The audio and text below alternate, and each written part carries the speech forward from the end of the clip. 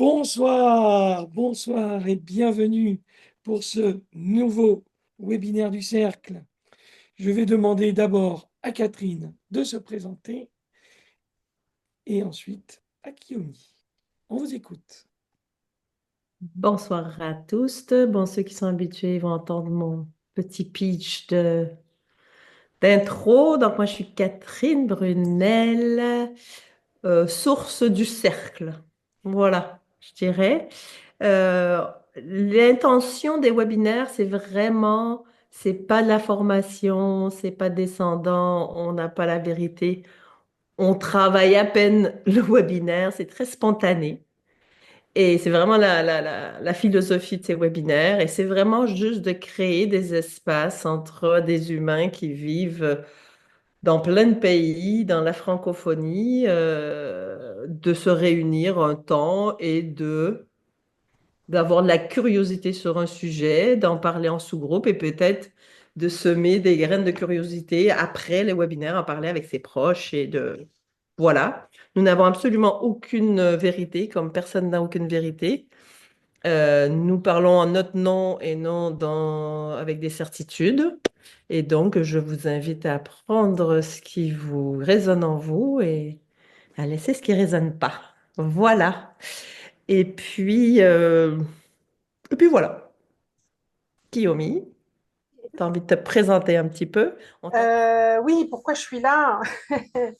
Bah, c'est une question, là, la mort qui m'a toujours taraudée. C'est une sensibilité qui m'a toujours, je sais pas, habitée, en fait. J'ai toujours, je sais pas, senti la mort. La mort est là, elle est pas loin.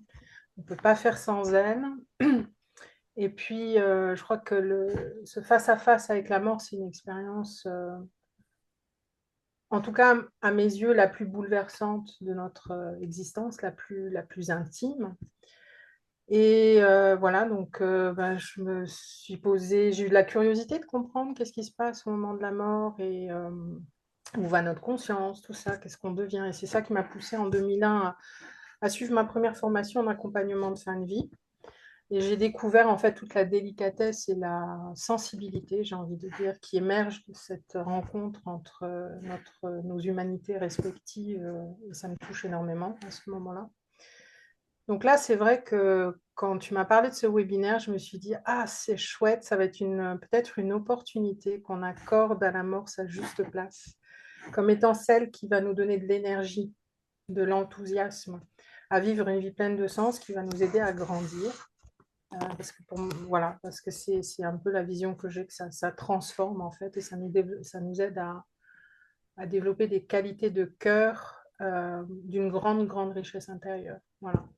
Donc, qu'est-ce que je fais sinon à côté?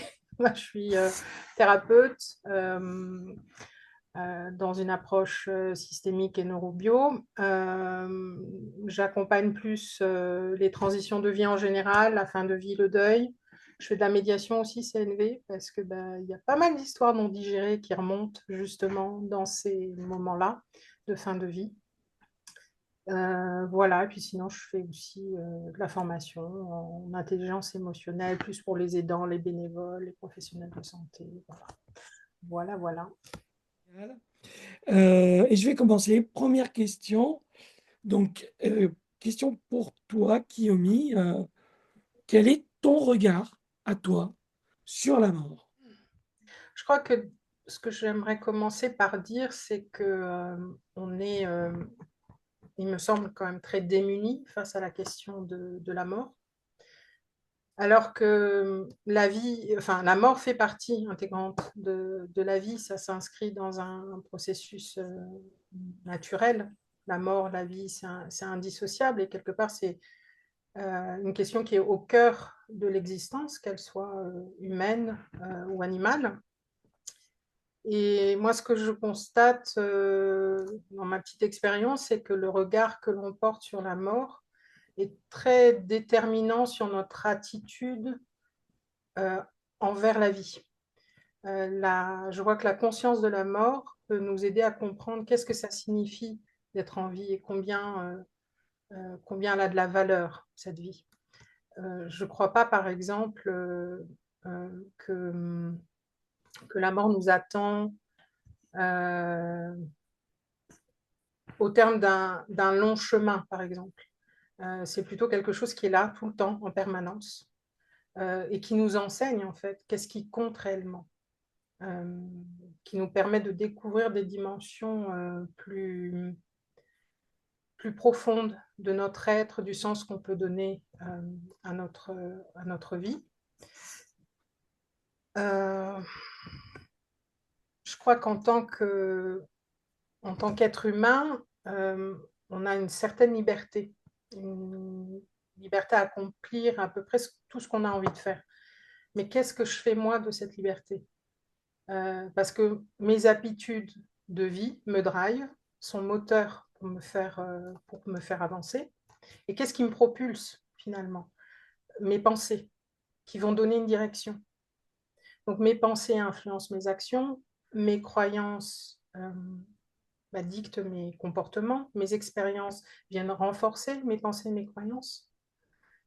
Donc à un moment, je me dis, le bénéfice, et c'est ce que j'ai découvert à travers le bouddhisme, c'est pas confortable de se poser des questions autour de la mort, mais ça peut nous faire sortir d'un certain pilotage automatique.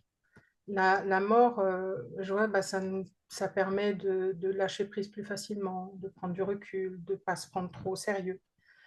Ça nous aide peut-être à explorer qui nous sommes, à clarifier ce qui est important pour nous, à clarifier nos valeurs, à nous engager dans des actions au service, positives. Je ne sais pas, pour moi, la mort, c'est on va à l'essentiel. On prend plus facilement du recul parce qu'on voit combien la vie est fragile, précaire. On peut voir que, du coup, que la vie est précieuse aussi et que ça nous donne peut-être l'élan de l'utiliser de manière peut-être plus responsable. Une question que j'aime bien me poser, que j'essaye de me poser le plus souvent possible, c'est pas toujours facile, mais qu'est-ce qui va m'aider au moment de ma mort? Et je me dis que grâce à cette question, ça me permet de prendre le temps de construire comme une sorte comme un ancrage, comme peut-être une force intérieure, grâce à une pratique spirituelle qui va être incarnée dans mon quotidien. Et je me dis, ça va m'éviter de risquer d'avoir des peurs au moment de la mort, de risquer de regretter d'avoir gaspillé ma vie. Parce que ça, c'est souvent des choses, les regrets partagés par les personnes en fin de vie. Donc, je me dis que si je prends pas justement le temps de construire cette force intérieure,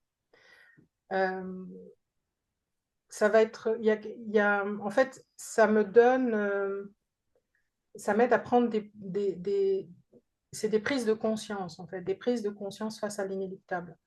Au moment de la mort, je vais tout laisser derrière moi, à commencer par mon corps. Donc, tout ce que j'aurais pu accumuler en termes je sais pas, d'expérience, de connaissances, de possession matérielle,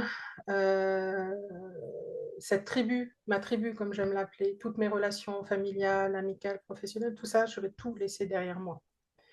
Et la mort, c'est la séparation, en tout cas pour moi, la séparation définitive, la déconnexion définitive entre le corps et l'esprit. Et c'est un processus qui est normal, qui est naturel, c'est dans l'ordre des choses.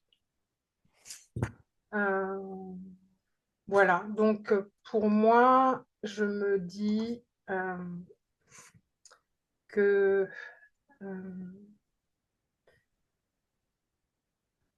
vivre en accord avec la réalité telle qu'elle est, que la mort et la vie sont indissociables, vivre en accord avec ce cycle naturel de la vie et de la mort, je crois permet de développer une forme de sagesse, cette sagesse de l'impermanence et de la mort, et de sentir progressivement dans son cœur que on est de passage, on est des voyageurs de passage. Et donc moi, ce que je vois au quotidien, c'est que ça nous aide à gérer les sentiments de perte, les situations voilà, qui nous donnent l'impression qu'on est piégé. Ok. Voilà, permet de retrouver notre centrage, notre connexion. C'est pas trop long, Alex, on a... Ah, une superbe introduction, en tout cas. Merci. Et peut-être, Catherine, si tu veux mettre ton micro, j'aurais une question. Catherine, j'aimerais avoir ton regard à toi, d'une part, et que tu nous dises peut-être pourquoi ce thème dans un webinaire du Cercle de la non-violence. Mais pourquoi le thème? Parce que moi, je kiffe la mort. C'est vraiment quelque chose qui est... Non, mais vraiment, ça crée souvent des malaises chez les gens, mais moi, c'est un phénomène que j'adore, en fait. Ça donne de la qualité à ma vie. Et j'ai rencontré Kiyomi il y a très peu de temps et on a tout de suite matché. Et, euh, et sans même en parler, il y avait quelque chose qui émanait d'elle. Et la connaissant moniale bouddhiste, je connais le rapport à la mort et du coup, c'est un sujet que j'aime beaucoup parler, qui choque beaucoup et que je vois que je marche sur des œufs avec la plupart des gens et du coup, je me censure beaucoup. Et du coup, là, il y a comme une liberté. Et puis, le cercle de la non-violence, c'est pour traiter de la vie naturelle, de notre vie. De, de, de... Et puis, on met tellement de violence à travers cette... cette certitude, moi j'essaie d'avoir le moins de certitude possible, c'est la seule que j'ai. C'est qu'un jour mon corps va se dématérialiser. Et voilà. Et donc, d'omettre ce thème dans ma vie et dans le monde, ce thème tabou, ben, je trouvais que ça avait beaucoup de sens.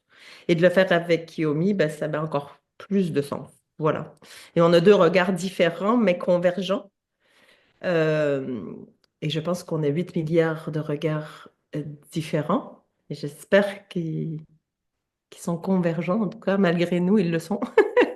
Et voilà. Et moi, mon regard sur la mort, depuis l'âge de 4 ans, je suis fascinée. Et j'ai vécu la mort de mon grand-père paternel à 4 ans. J'étais son chouchou. J'étais la dernière petite fille et j'avais une connexion avec lui dans l'invisible. Et je suis de passage, je savais que j'étais de passage, mais j'étais pas sage comme enfant. Mais quand j'étais avec lui, j'étais sur ses joues et je bougeais pas. Il y avait une connexion au-delà. Et quand il est décédé, il était dans son cercueil. Et du coup, mon père m'a expliqué. Et mon père est plutôt de culture, je dirais, anarchiste, animiste. Et du coup, j'ai dit, mais là, j'ai compris que c'était la dernière fois que physiquement, je le voyais.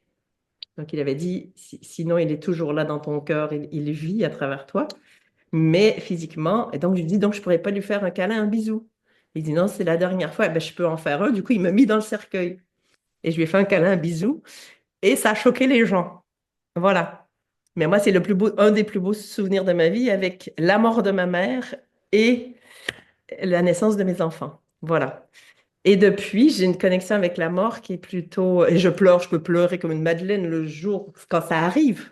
Parce que je pleure ben, la capacité d'être physiquement avec quelqu'un, mais il y a quelque chose en moi qui dit, waouh, la personne part à l'aventure, un truc de dingue. Voilà.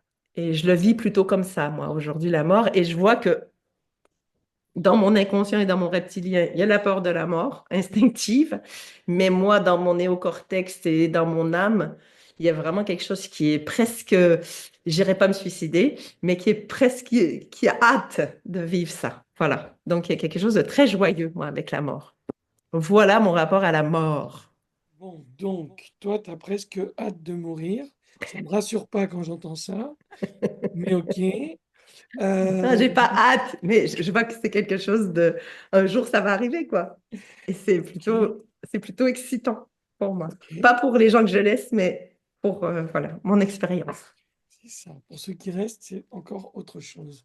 Mais du coup, Kiyomi, pour regarder le sujet sous un angle un peu différent, quelle est selon toi la dynamique sociale qui existe autour de la mort, notamment puisque tu es de double culture, franco-japonaise ou japono-française, je ne sais pas, mais en tout cas, tu es d'une double culture et j'aimerais bien savoir quel est ton regard sur cette dynamique sociale autour de la mort, face à la mort. ce que je vois, et puis c'est vraiment d'actualité avec aujourd'hui ce sujet sur l'aide à mourir, c'est difficile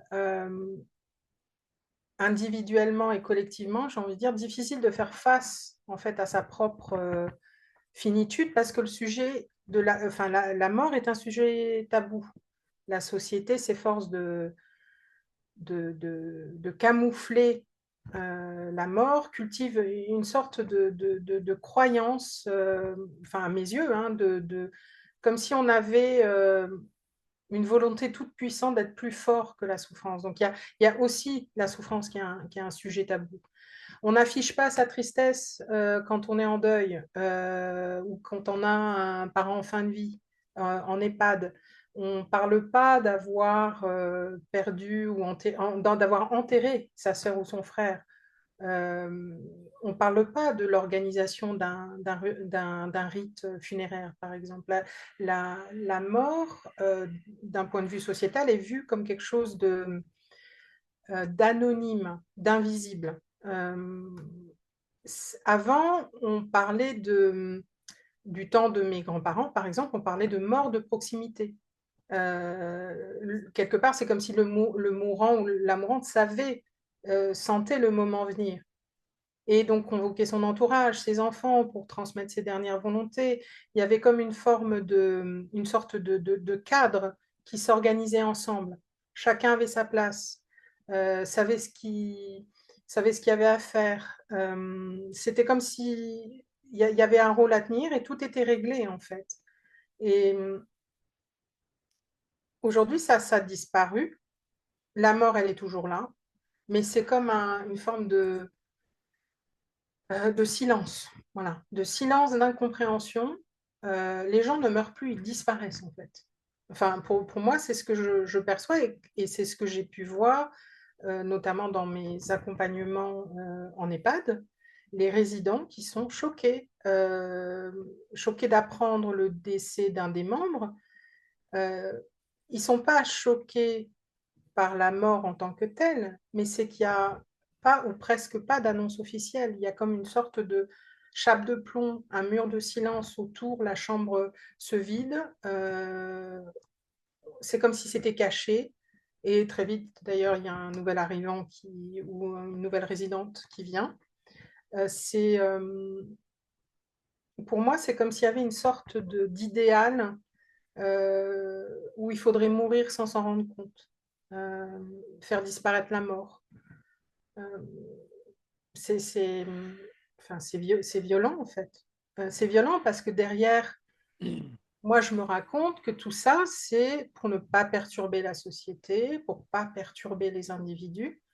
Donc le mourant, lui, n'est plus accompagné en fait par sa communauté.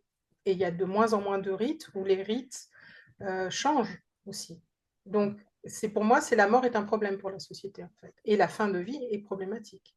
Il y a une mise à l'écart systématique de la mort, de la personne en fin de vie, qui est, je suis désolée de le dire, hein, mais encombrante. Il y a une médicalisation, je ne sais pas s'il y a parmi les participants et participantes ce soir, s'il y a des personnes du domaine médical, mais on voit qu'il y a une médicalisation systématique qui mène à de la surhospitalisation, qui mène à de l'acharnement thérapeutique.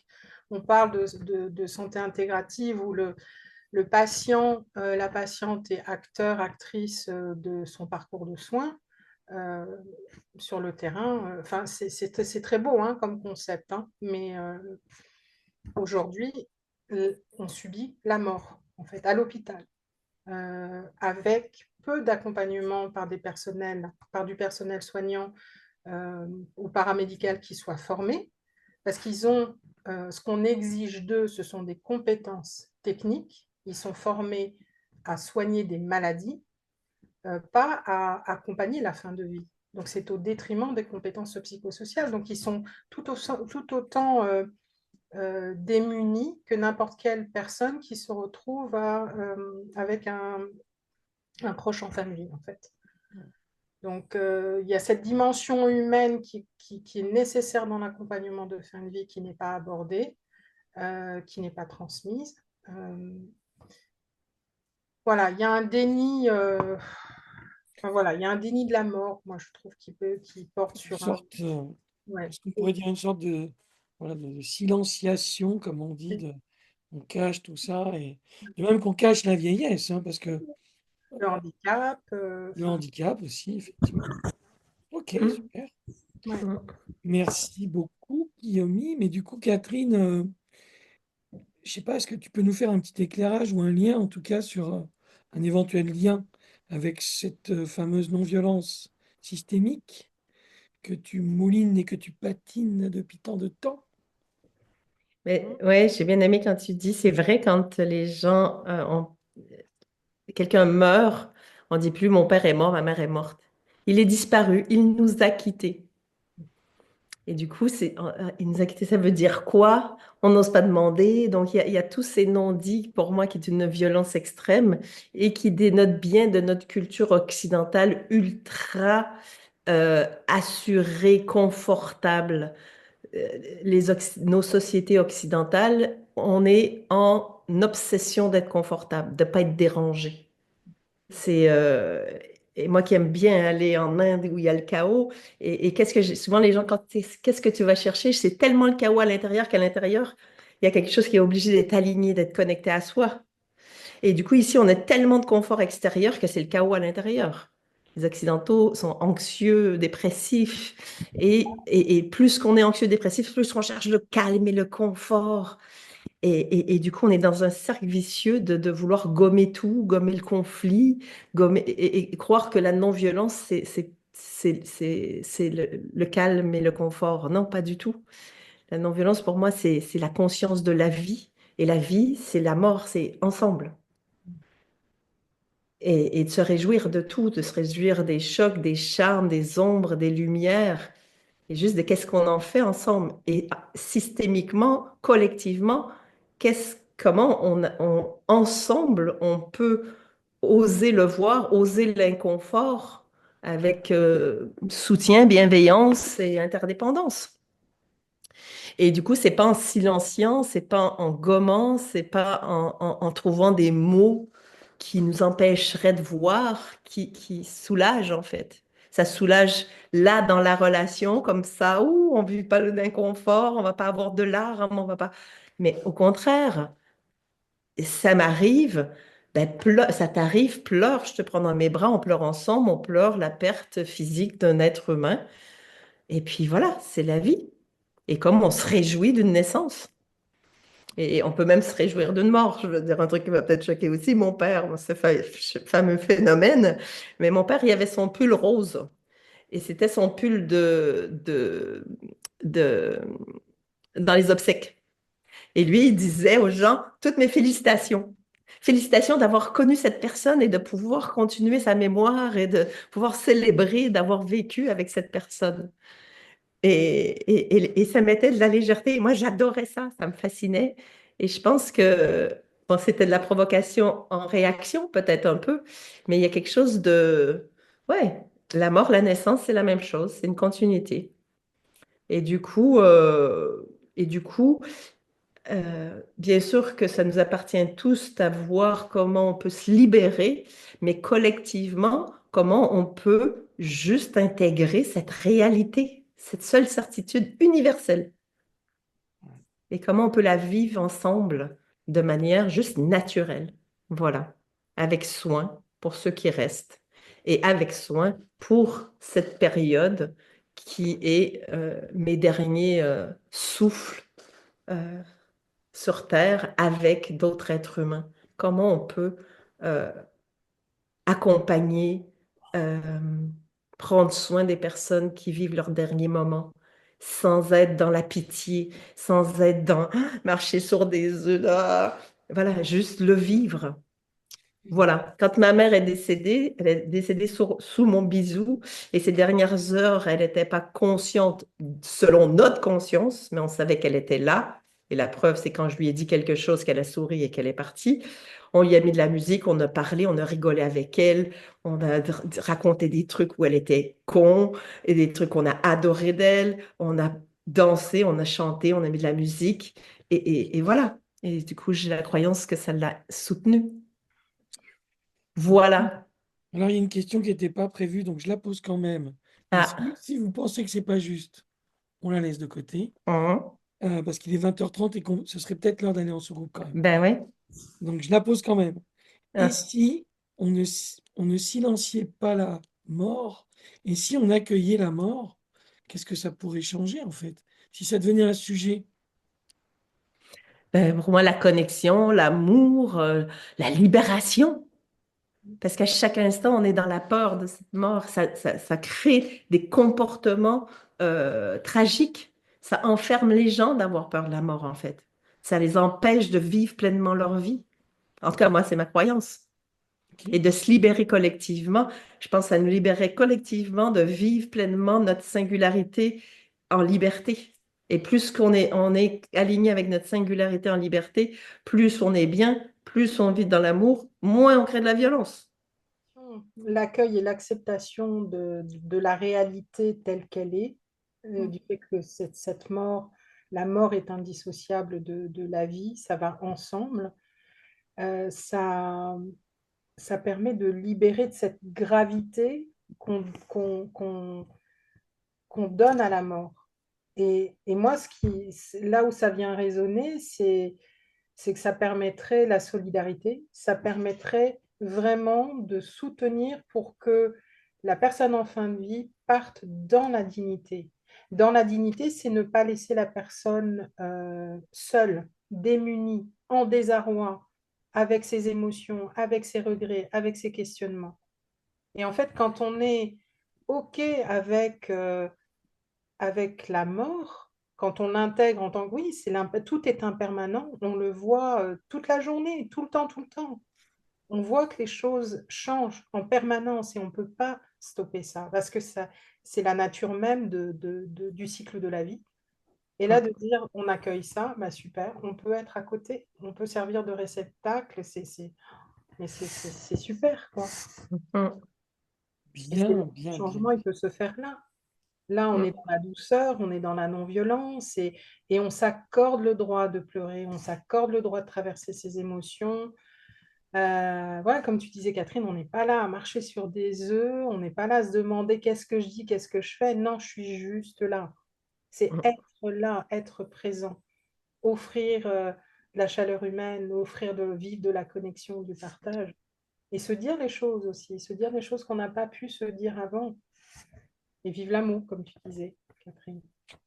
Bon, ça me paraît une belle phrase avant de partir en sous-groupe. Vivre l'amour. Accepter la mort pour vivre l'amour. Génial. Mais écoutez, hum. il est 20h32.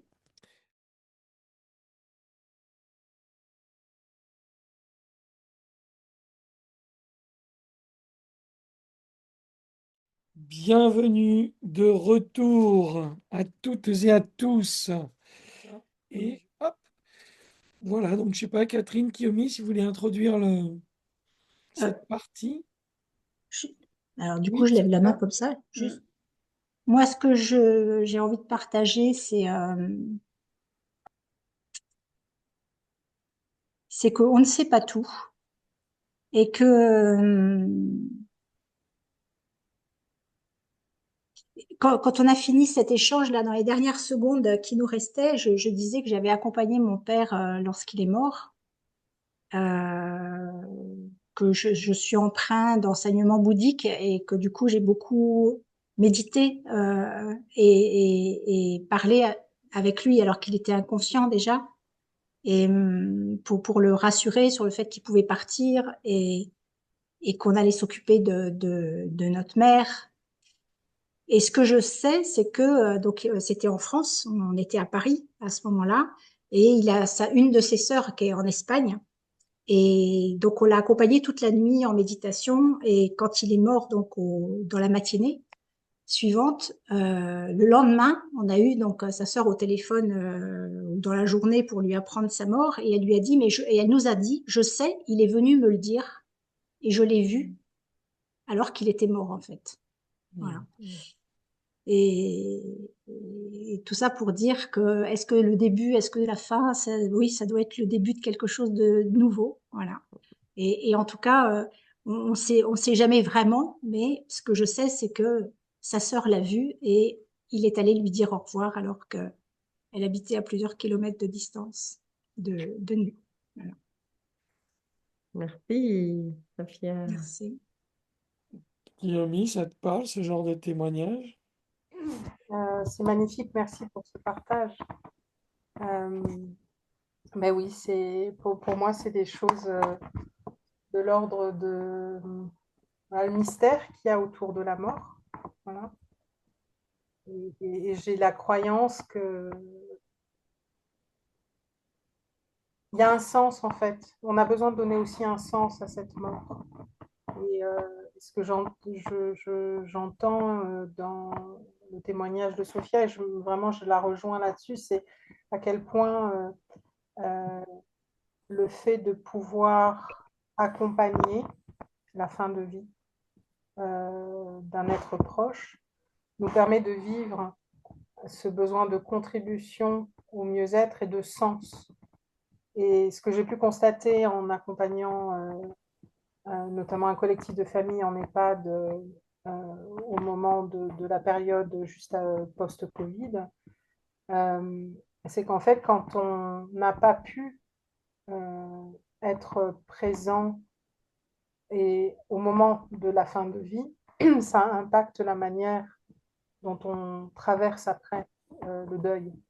Donc, raison de plus aussi pour s'encourager, parce que encore une fois, c'est un sujet qui est délicat et c'est pas évident de toucher du doigt parce que ça nous renvoie à notre vulnérabilité, donc c'est pas évident.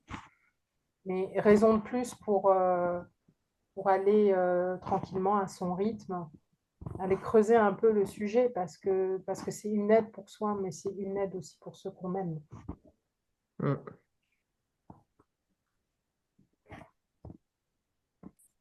Génial. Moi, ce que je vois aussi, c'est que j'ai accompagné une copine cette année enfin cette année, non, c'était l'été dernier, en 2024, qui est décédée à l'hôpital. Et, et là, pour le coup, le service réanimation était vraiment d'une délicatesse, d'une finesse incroyable avec la famille, avec tout le monde. Et il a vraiment fallu qu'on arrive, quoi, que tout le monde soit là, alors qu'elle était dans le coma depuis je sais pas combien de temps. Il a fallu que tout le monde soit là pour que les machines disent stop, fin. Et voilà. Et on a chialé, et puis voilà. Ah, il y a Rita qui a levé la main. Oui, moi, en t'écoutant là, Kiyomi, euh, chez nous, parce que moi, je suis libanaise, je vis au Liban. Donc, chez nous, quand quelqu'un meurt, la première question qu'on pose à la personne, aux personnes c'est s'il est mort entouré. Et la famille sent vraiment comment dire, consolation quand ils savent qu'il est mort ou la personne est morte entourée, par exemple, de sa famille, de ses, qui est chez soi, à la maison, au calme. Et c'est très réconfortant pour les personnes. Je voulais ajouter ça aussi. Ben oui.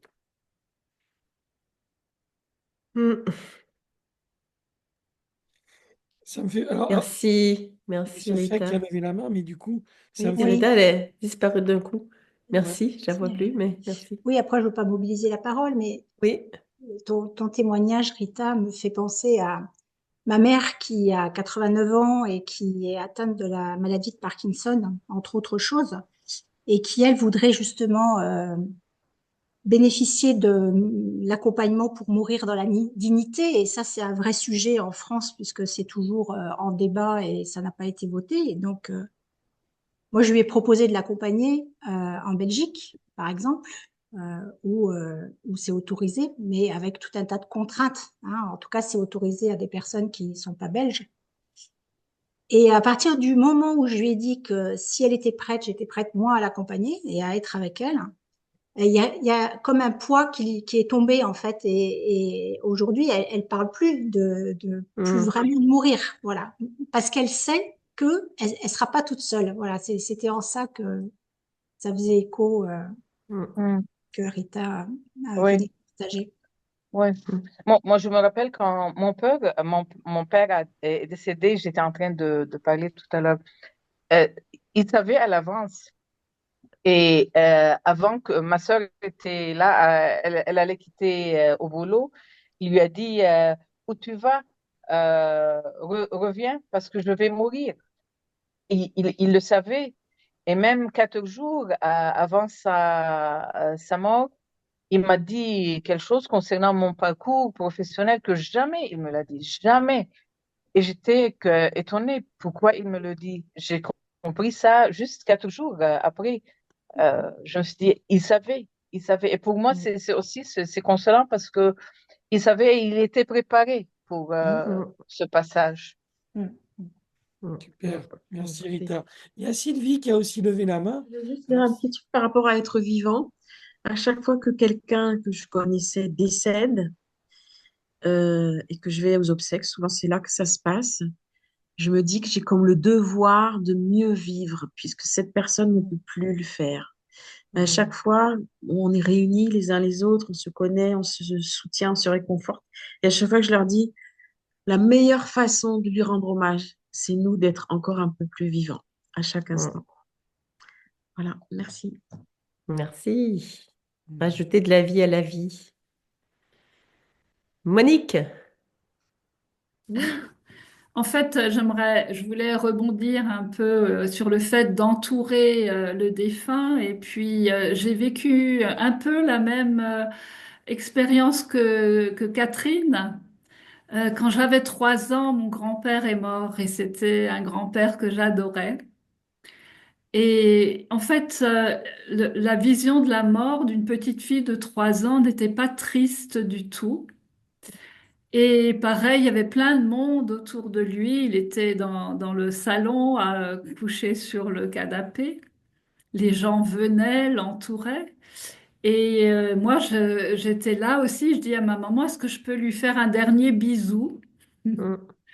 Et donc, elle m'a dit, OK, mais après, tu pars dans la cuisine comme si c'était pas la place des enfants. Et j'ai une amie aussi qui est institutrice, enfin professeure des écoles, et elle me disait, ils habitaient, l'école était à côté du cimetière, et donc parfois il y avait un enterrement, et elle savait que c'était l'enterrement d'une grand-mère, et en fait l'enfant était là, quoi. Il était à l'école. Et c'est vrai que l'enfant et la mort, c'est encore un Mm. sujet très intéressant parce qu'ils sont tellement innocents que pour eux, ben, il n'y a pas de problème, quoi, particulier. Si Mm. on leur dit les choses comme elles sont vraiment. Voilà, Mm. Et témoignage. c'est ça, parce qu'à l'inverse, moi j'ai vu beaucoup des gens en protégeant, ils disent pas, et tout d'un coup ils se rendent compte, ben, il est où, qu'est-ce qui s'est passé, et ça crée du secret, du malaise, et ça entretient des choses pas chouettes, et une vision de la mort, et une peur de la mort, et quelque chose de, faut pas en parler, c'est de là qui vient le tabou.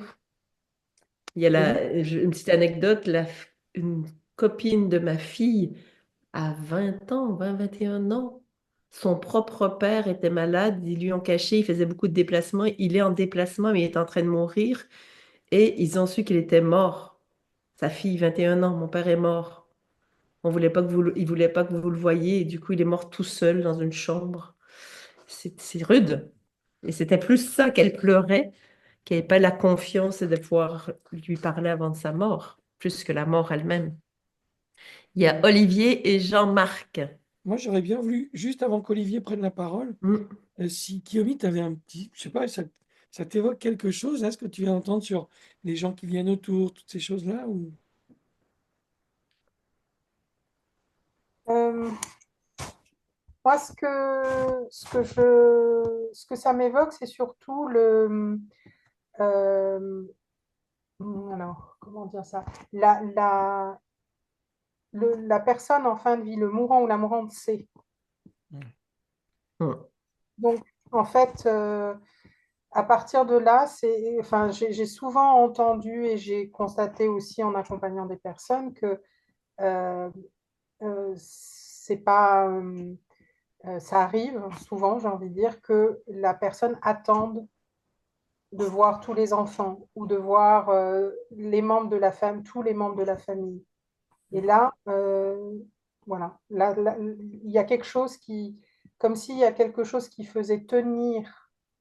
Il y avait comme une importance de pouvoir se dire au revoir, ou je ne sais pas exactement, mais parce que moi, c'est pas moi qui le vis à ce moment-là, mais effectivement, j'ai constaté ça, que Mm. le mourant, la mourante attend de voir les personnes qu'il a besoin, ou dont il a besoin, enfin, avant que voilà, l'élection se soit rendue, quoi. Mm. Ok. Olivier? Olivier? Juste deux petites choses à dire rapidement. Merci à Sophia pour son témoignage, qui me fait penser à un livre d'Hermann Hesse qui s'appelle Knulp, c'est difficile à prononcer, et dans lequel j'avais été, quand j'avais lu ça adolescent, c'était une personne qui avait des difficultés dans sa vie et s'était dit, je m'autorise à me suicider si c'est trop difficile à la fin de l'année. Et du coup, cette idée de pouvoir mourir dignement l'a aidé à vivre. Alors c'est peut-être juste un livre, mais je trouvais l'idée intéressante de se dire, ah, puisque je peux mourir dignement, eh ben, je peux continuer à vivre et ça a reculé voilà. Ça, je trouve ça intéressant. Et peut-être le deuxième, c'est plus une question peut-être.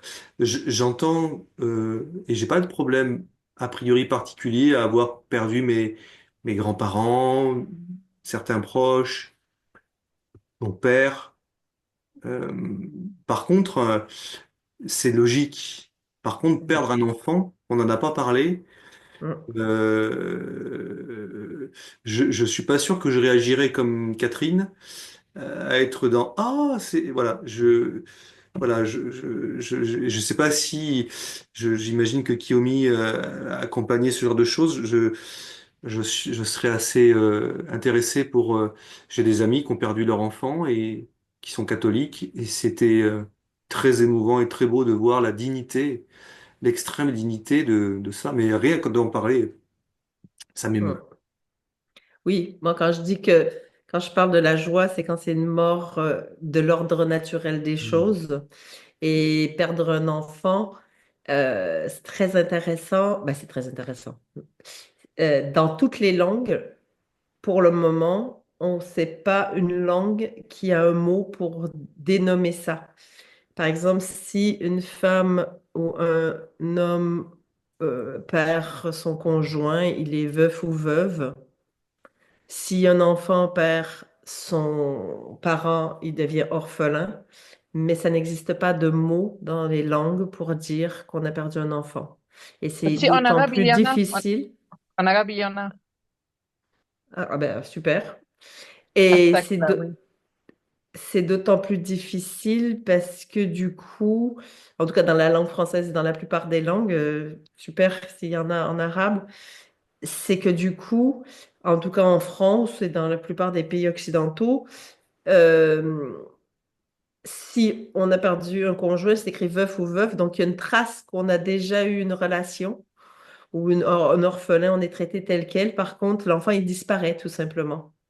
Et du coup, aussi pour frères et sœurs, il n'y a pas de mot pour dire je suis. Et du coup, on est obligé d'expliquer que quand on a perdu son conjoint, je dis ah, je suis veuve. Les gens, on n'est pas obligé. Si on a envie d'en parler, on en parle.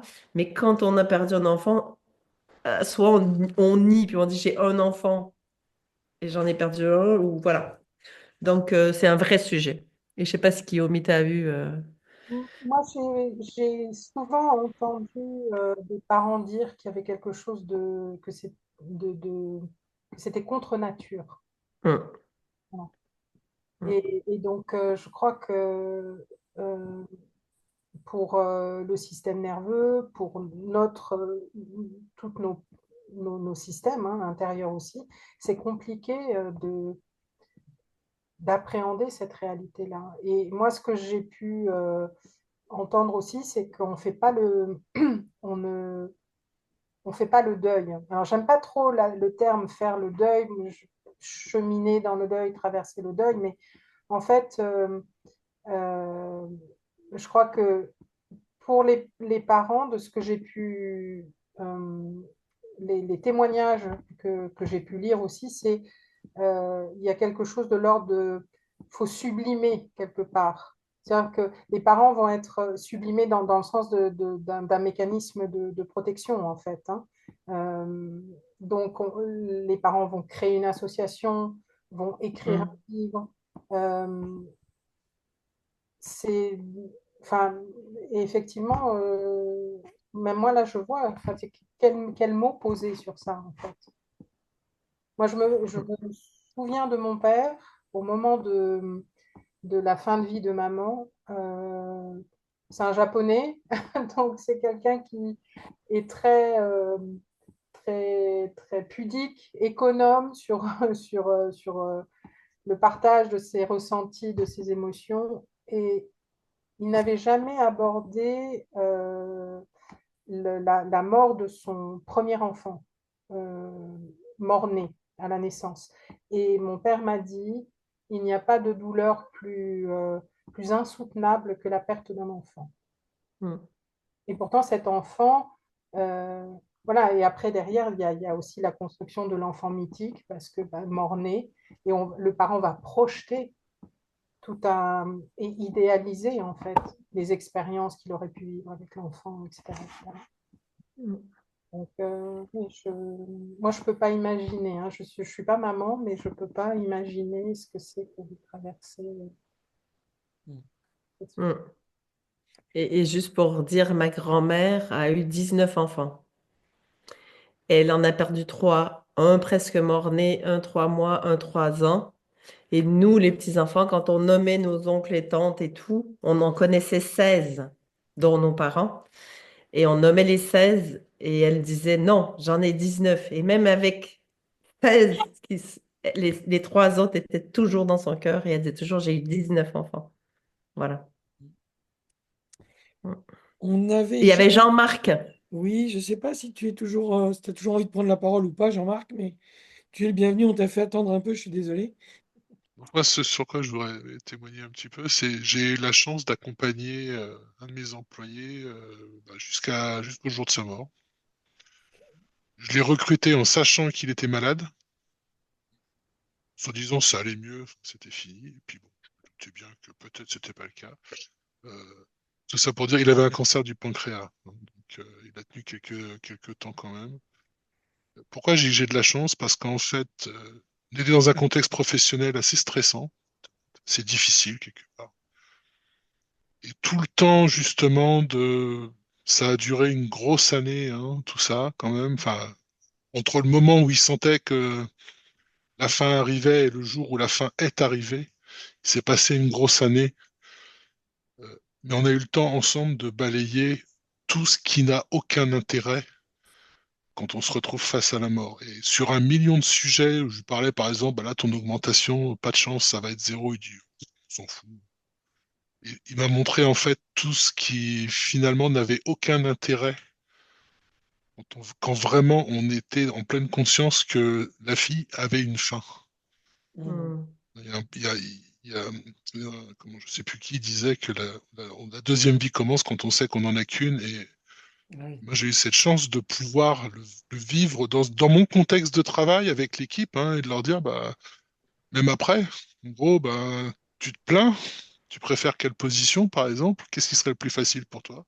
Et quelque part de pouvoir relativiser, et de se dire, bah ouais, quand on est face vraiment quand la fin devient proche, tout ce qui n'est pas essentiel devient évident en fait. Moi j'ai eu beaucoup de chance de le voir et de le découvrir grâce à cette personne qui, enfin, je pense encore à lui, hein, je lui rends encore hommage d'ailleurs. Voilà. Merci. Et bravo d'avoir embauché quelqu'un de malade parce que souvent, justement, il y a des personnes pour eux, c'est important d'avoir une vie sociale, de travailler et ben, ils sont souvent mis au banc de la société et du coup, chapeau d'avoir fait ce choix déjà. Ça a été un moment exceptionnel, hein, parce que enfin, moi, la question que je me suis posée, faut être honnête, je me suis dit peut-être que dans 6 mois, à l'époque, je me dis peut-être que dans 6 mois, j'irai à son enterrement. Je me dis, ce serait pas honnête, c'est le gars qu'il me faut, il est très bien, il Mm. mérite de travailler. Et ça a duré 3 ans et des années. Il a fait un boulot fabuleux. On a eu une relation. Alors c'est toujours la même chose, c'est ces moments quand on commence à voir l'essentiel et qu'on remet l'essentiel au cœur de l'important. Les rapports ne sont plus les mêmes. Ça peut plus être la même chose. Et du coup, il y a quantité de choses qui deviennent plus simples. On s'autorise à dire, on s'autorise à être. Il prenait des week-ends prolongés. Alors, il me disait pas trop, mais bon, comme il savait pas trop ce qui allait lui arriver, il faisait de la voltige, il a fait les 400 coups, il est parti dans tous les pays. En gros, il vivait, quoi. Mm. C'est ça, c'est la synthèse que j'en ai, c'est qu'il vivait. Il me disait, ouais, moi j'aime bien, je me fais des petits week-ends prolongés. Euh, Cette personne, elle m'a appris ce que veut dire vivre. Et sa devise à lui, c'était tu veux, tu peux, tu fais. Tout le reste, c'est tout à fait inintéressant de. Enfin, ça n'a pas de sens de le voir autrement. Tu veux, tu peux, tu fais. Voilà. Merci Jean-Marc. Alors, petite parenthèse, je vous ai partagé dans la discussion le lien d'un podcast dont on avait parlé avec Catherine, qui est le podcast La Voix subtile. Et La Voix subtile commence par un épisode qui est le premier jour du reste de ma vie. Tu m'as fait penser à ça, Jean-Marc. Mm. Je vous invite vraiment à découvrir ça. Je sais pas, vous voulez réagir, Catherine Kiyomi, à ce qu'on vient Bah, d'entendre? moi, j'ai déjà réagi, si tu as envie d'en dire plus. Je suis super touchée par ce témoignage parce que, en fait, ça aussi, c'est une autre des violences dont on parle peu. C'est l'accompagnement justement de nos collègues malades en fin de vie. On parle peu de la nécessité de mettre en place un référent deuil au sein des boîtes. Et, euh, et voilà, et donc oui, quand j'entends ce témoignage de Jean-Marc, ouais, parce que ça me touche, parce que ça me fait vivre, ça me touche dans mon besoin d'humanité, en fait. Hein, c'est ça, et je sens de l'ouverture, je sens de la connexion. Enfin, j'imagine ce collègue a pu vivre, mais c'est magnifique, en fait. Et j'entends en fait vraiment à quel point c'est un cadeau en fait. Il y a les Oui. trésors en fait que nous offrent ces personnes euh, dans leur vulnérabilité, à travers la maladie, à travers leur fin de vie. Enfin, c'est tellement beau à chérir, quoi, en fait. Voilà. Donc, merci Jean-Marc. Merci, ouais, c'était top. Valérie. En fait, j'ai une amie qui, comment dire, qui travaille dans le domaine des RH et qui laisse entendre que les entreprises, en tout cas certaines, commencent à s'ouvrir à tout ce qui est accueil des personnes malades qui reviennent, et tout ce que ça implique de comment on accueille, comment on dit les choses. Voilà. Donc c'est pas le même sujet, mais c'est très proche de ce qu'expliquait Jean-Marc, avec qui j'ai eu le plaisir d'échanger tout à l'heure. Je voulais juste témoigner très rapidement. En fait, en plein, ça résonne par rapport à ce que vous disiez tout à l'heure, hein. En plein Covid, moi j'ai perdu ma grand-mère. Donc on n'a évidemment pas pu aller la voir. Donc voilà, ça s'est fait je dirais à distance, même si le matin même de sa mort, j'avais l'info. Euh, Très bizarrement, voilà. Je ne vais pas rentrer dans les détails, mais une vision assez surprenante de mon autre grand-mère qui venait me prévenir alors qu'elle est en vie. Voilà. Et j'ai dit à quelqu'un avec qui je discute, mais pourquoi elle en fait? Et la personne m'a répondu, parce que tu crois que si tu avais vu un être de lumière, tu aurais réagi comme il fallait? Je dis, je sais pas. Voilà. Et donc, quand ma mère m'a appelé quelques heures plus tard en me disant, ça y est, je lui dis, oui, je sais. Elle me dit, comment ça, tu sais? Je lui dis, oui, je sais. J'ai eu cette information. Et en plein milieu de cette période donc, de deuil un peu particulier, dans une certaine paix quand même, parce qu'on avait prié en visio tous ensemble, croyants, pas croyants, c'était le jour de Pâques en plus, hein, quelques jours avant. Et je suis tombée sur un podcast que je voulais partager dans le chat, mais je préférais juste vous en dire deux mots pour pas qu'il passe à la trappe. On parlait de réhabiliter justement le rapport à la mort. C'est une femme en fait qui a fait une formation universitaire sur le deuil.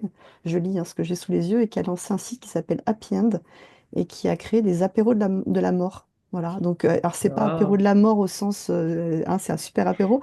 C'est Oui. vraiment justement pour échanger autour de ces sujets-là. Donc, j'en ai pas fait. Mais en l'occurrence, j'avais écouté ce podcast avec beaucoup d'attention, qui s'appelle donc Réhabiliter la mort dans nos vies. Donc, je vais vous le partager là dans 2 secondes, parce que je pense que c'est. Alors, c'était pas dans l'énergie, je rejoins Jean-Marc il y a 3-4 minutes, même si c'est bien aussi de partager plein de choses. Sujet qui me parlait aussi. Donc, je vous fais un petit copier-coller.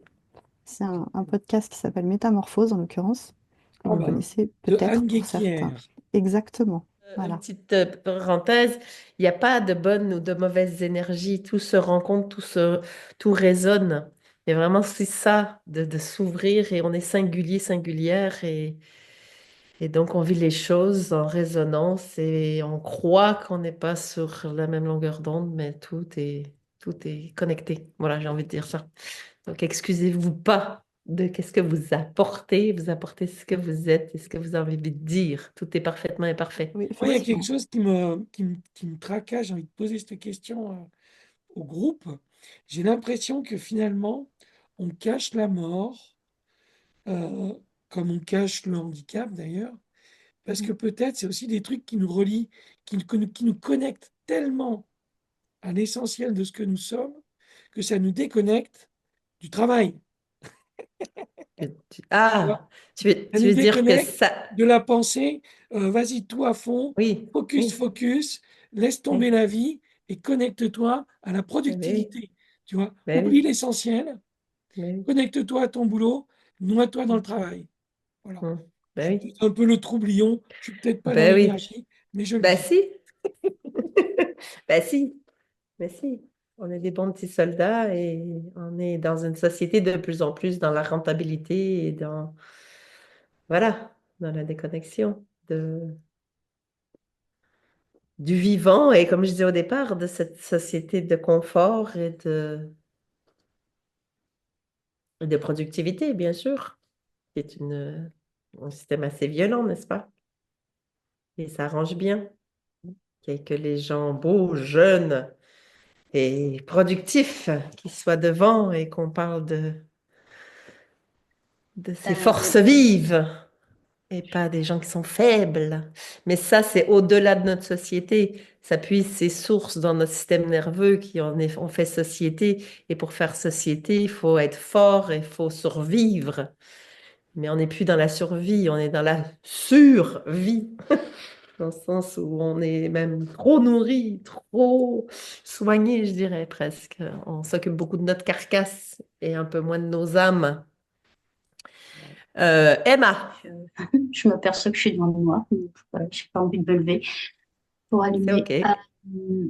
Je résonne beaucoup avec ce qui vient d'être dit et aussi avec le fait que ben, tant qu'on a peur de mourir, on ne prend pas le temps de vivre et que ça arrange certainement bien les choses. Et puis, on ne va pas se cacher que la peur de mourir, ça génère beaucoup d'argent. Oh oui, tout Voilà. à fait. Merci, Emma. Emma, dans le noir. Oui, alors ça fait un peu d'outre-tombe ce que je vous raconte, hein, Non, mais c'est tout va super, moi bien. j'aime bien. C'est bien, c'est un autre style, une autre ambiance. On a besoin de toute cette diversité d'ambiance. Super, Alors là, il y a merci. plein de liens. Et, J'en profite, ouais, il y a plein de liens qui ont été partagés. bah, tu L'ADN, les prendras, Alex, tu les prendras, les mettras dans le mail, c'est plus simple. je fais ça. Et juste là, on est presque à la fin, mais il nous reste encore 10 minutes. et en préparant légèrement ce mail tout à l'heure, c'est pris une petite heure, euh, avec Yomi, on s'est dit, ben, on va faire une suite. Là, on parle beaucoup de notre rapport à la mort, euh, voilà, comment on peut changer le rapport à la mort qui va nous rendre plus de vie à notre vie, hein. C'est ce qu'on se dit tous là, un peu. Et, et puis, euh, et puis sociétalement et systémiquement, comment on peut tous être des aidants et pour être un jour aider nous-mêmes. Et donc, on va certainement faire un deuxième webinaire sur c'est quoi être aidant, hein, et comment accompagner et qu'est-ce qui peut être la violence. Là, juste un petit teasing. Souvent, on confond l'amour et l'attachement et du coup, la personne, elle sait qu'elle va mourir, comme on l'a beaucoup dit. Et du coup, pour pas déranger, parce que les autres, va-t'en pas, survie à tout prix. On retient les morts en pensant que c'est de l'amour, hein. Et voilà. Et donc, ça serait pas leur montrer qu'on les aime si on leur dit va. Du coup, j'entends Sophia qui juste de dire à sa mère, c'est OK, c'est OK. Mais juste là, waouh, ça lui remet de la vie qu'elle est en train de vivre. Et donc, de se libérer de ces croyances limitantes, nos réflexes limitants, où on a, des fois, on n'aide pas les gens qui sont en dernier moment. Comment les rendre plus doux, plus joyeux même, pourquoi pas. Et en tout cas, connecter et connecter à l'amour. Est-ce qu'il y a d'autres témoignages? Ce groupe, et je pense que ça vaut le coup que j'en témoigne au niveau du grand groupe, de deux choses. Ok. Une un peu difficile, savoir qu'il y a plus difficile que de perdre son enfant, bon, son unique enfant, c'était mon cas, c'est de le voir souffrir de manière atroce et qui demande, avec le clignement d'yeux, quand on fait défiler l'alphabet T-U-M-O-I, et que quand on le demande aux soignants, ils vous répondent, bon, il souffrait, il a souffert pendant 20 ans de sa troisième à sa 23e année myopathe et à la fin de beaucoup d'étouffer, enfin de choses. Et quand il avait demandé lui fasse une trachéotomie avec anesthésie générale comme ils le font habituellement, on y a répondu, aucun anesthésiste n'acceptera de l'anesthésier, sachant qu'il ne se réveillerait pas. Et c'était ce qu'ils demandaient et ils ont refusé. Enfin bon, il est mort. Ça, c'est le côté négatif. Et le côté positif, c'est que après sa mort, il m'a paru deux fois en rêve. Une fois comme s'il était ressuscité, mais quand je me suis réveillée, je me suis rappelé non, il est pas ressuscité. Et la deuxième fois qu'il était ressuscité, mais ailleurs, enfin au ciel, enfin bon, quelque chose, je comprenais pas trop, mais je ressentis un soulagement, comme si on m'enlevait une chape de plomb sur la tête. Et ça, bon, ben, voilà, c'est ce témoignage-là que je voulais Hmm, transmettre à tout le monde. hmm, Merci, Linda. merci. Hmm. La souffrance de voir la souffrance et la libération de savoir qu'il est libéré. Hmm. Rita, Et il y a une chose, quand on parle là, je vous entends parler de la mort des fils. Ce qu'on vit aussi au Liban, il y a une hmm, communauté, disons, euh, pour eux, le fait que si leur fils est mort en tant que martyr, pour défendre le pays, c'est quelque chose, c'est un cadeau. Donc, ils le vivent bien, surtout les bombardements qui ont eu lieu ces derniers mois. Il y a beaucoup de personnes, beaucoup de jeunes hommes qui sont morts. Et donc, je voyais, il y avait une sorte de confusion entre ce que on voyait les mères qui disent heureusement, bah voilà, et c'est félicitations parce que mon fils est décédé en tant que martyr, etc. Mais quelque part, il y avait aussi cette douleur non dite. Et donc, le fait de dire, voilà, félicitations parce que mon fils est mort pour la patrie, c'était une sorte de consolation aussi, pour ne pas peut-être, parce qu'il n'accepte pas peut-être cette mort, il trouve une issue et ils disent que heureusement qu'il est mort. Et même ils disent que heureusement qu'il est mort. Il y a une mère qui a même enterré quatre jeunes hommes, quatre fils. Et pour elle, quand elle parlait, elle disait que je suis chanceuse parce que j'ai quatre martyrs dans le paradis et tout ça. Là aussi, voilà, je voulais en parler parce que j'ai pas entendu ce contexte-là Hmm. dans notre discussion et je voulais dire qu'il y a aussi quelque part cette on tend vers la mort parce qu'on croit qu'après il y a quelque chose de plus beau et etc.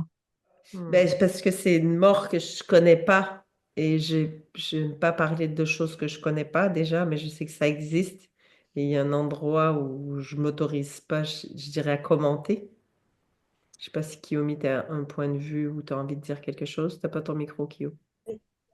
Bah, en fait, ce que ça m'évoque, c'est que euh, lorsque c'est de l'ordre de, comment on appelle ça, du récit mythique. La mort, elle prend comme ça et elle déchire la mère, elle déchire l'endeuillé et en fait il y a la nécessité d'élaborer en fait un récit mythique pour donner un sens à cette souffrance en fait parce que c'est Hmm. insupportable.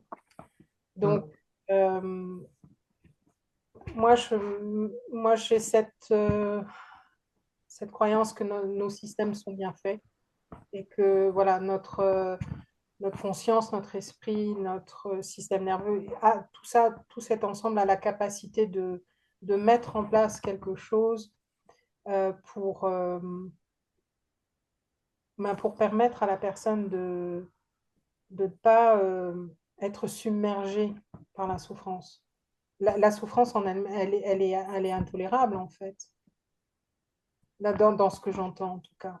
C'est intolérable, donc je me dis comment, oui, l'élaboration de ce récit mythique permet en fait de mettre de la Du distance sens. Hmm. à travers le sens que la personne va mettre Hmm. dans l'événement et dans la manière dont le décès, dont la mort s'est produite. Hmm. Eh bien, figurez-vous qu'on est à 21h45. Euh, On pourrait en parler pendant toute une vie de la mort. Euh, voilà, c'est un sujet comme un autre en fait, et même c'est presque, c'est essentiel, je pense. Et ça peut libérer, euh, et peut-être nous libérer de certaines morts tragiques, justement. Parce que moi, j'ai la croyance que, moi, ceux qui me connaissent ou ceux qui savent un peu, mon dada, c'est la honte. Et la honte, c'est la peur de la mort et c'est la racine à la fois de l'amour et de la guerre. Et donc, c'est complexe et merveilleux. Et comment aujourd'hui on peut transcender tout ça, transmuter, accueillir et pas avoir un moteur de vie de la peur. Voilà. La peur de la mort, ça nous fait des grosses tragédies, en fait. Voilà. Bien, merci à toutes et à tous. Merci. Ça, c'est pour la photo, hein. C'est pour la fin du webinaire. Ciao, ciao!